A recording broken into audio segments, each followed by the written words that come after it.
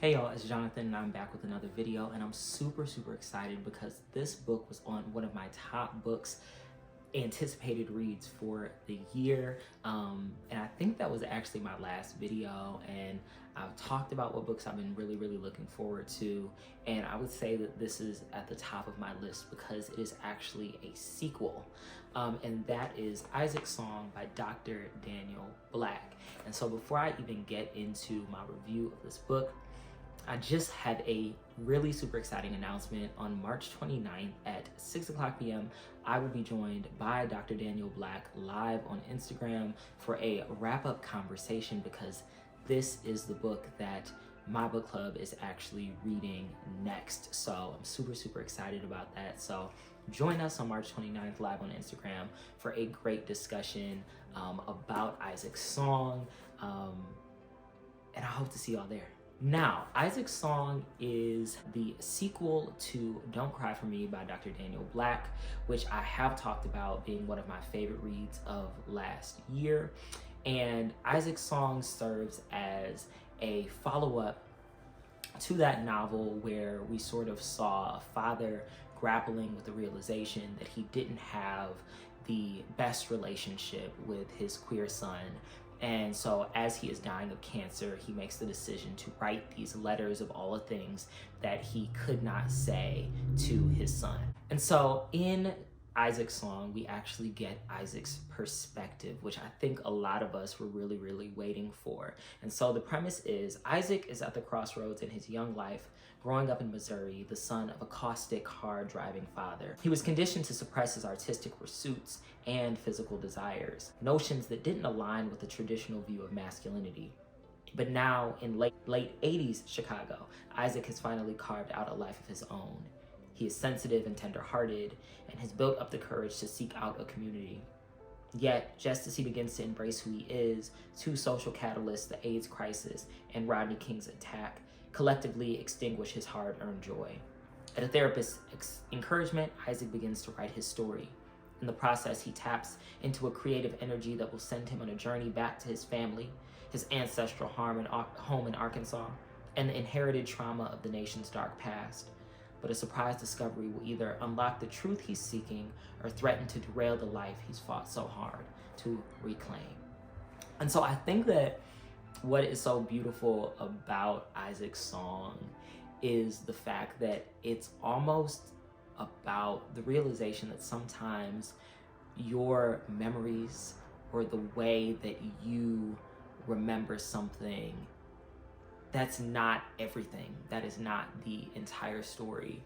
And sometimes things as we remember them can be flawed in a way. We can remember the things the way that we want to remember them. If that's, just a form of sort of coping with trauma, if that's to reassure ourselves. And sometimes it's, to make ourselves feel like we are right about something. And I think that that is sort of a complicated conversation even to have, especially when we're talking about a relationship between a father and a son, and a lot of the trauma, a lot of the anti-queer trauma that came with that.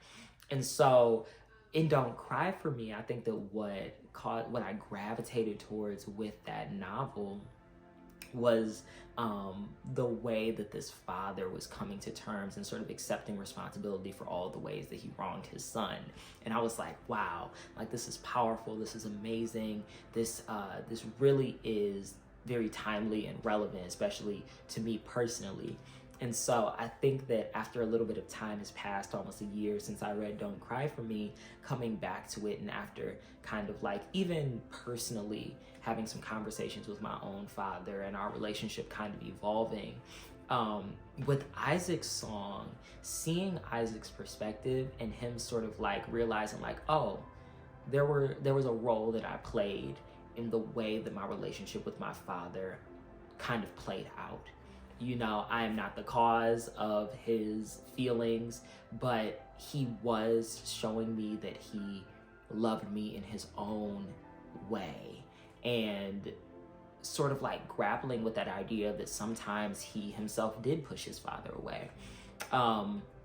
Understanding that there were other factors in life that played into why his father did certain things and said certain things, and even his father's relationship with his mother, some things that he didn't necessarily want to admit about that own relationship. I think that a lot of this novel deals with sort of this search for the truth, and the search for sort of like reconciliation, because Isaac is in therapy during this time, and he's sort of like writing all of these thoughts and these ideas and these memories, and he's talking to his therapist about like, I think that maybe some things didn't happen the way that I've always tried to hold on to.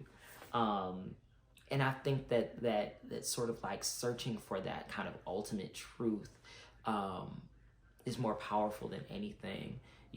Finding a way to sort of come to terms with the way that things have played out. I think that is extremely powerful. And I just love the way that this was written. I think that, knowing that Isaac himself is a writer, Isaac himself is a creative, you can sort of admire the writing style, and Isaac is, putting all of his ideas onto paper. And we sort of learn about some of the relationships that he has built and some of his inner thoughts that really help us make that connection with Don't Cry For Me.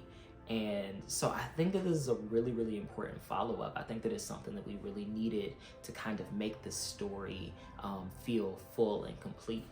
And I think that, for anybody that read Don't Cry For Me and you just needed something more, just a little bit more, that this would be a really, really good read for you.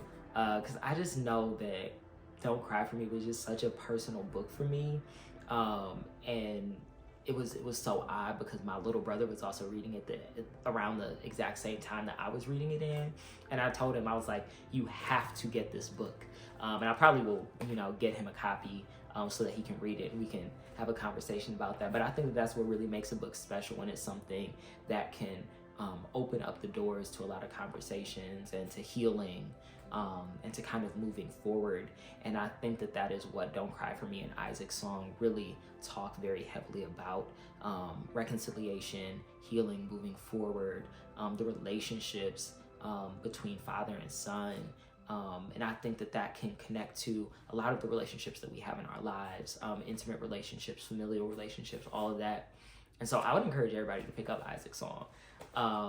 And I want to save a lot of my thoughts and a lot of my questions and ideas for that conversation that I do have with Dr. Black. So make sure that you join us on March 29th for this conversation. And that is the end of this real quick review of Isaac's song by Dr. Daniel Black.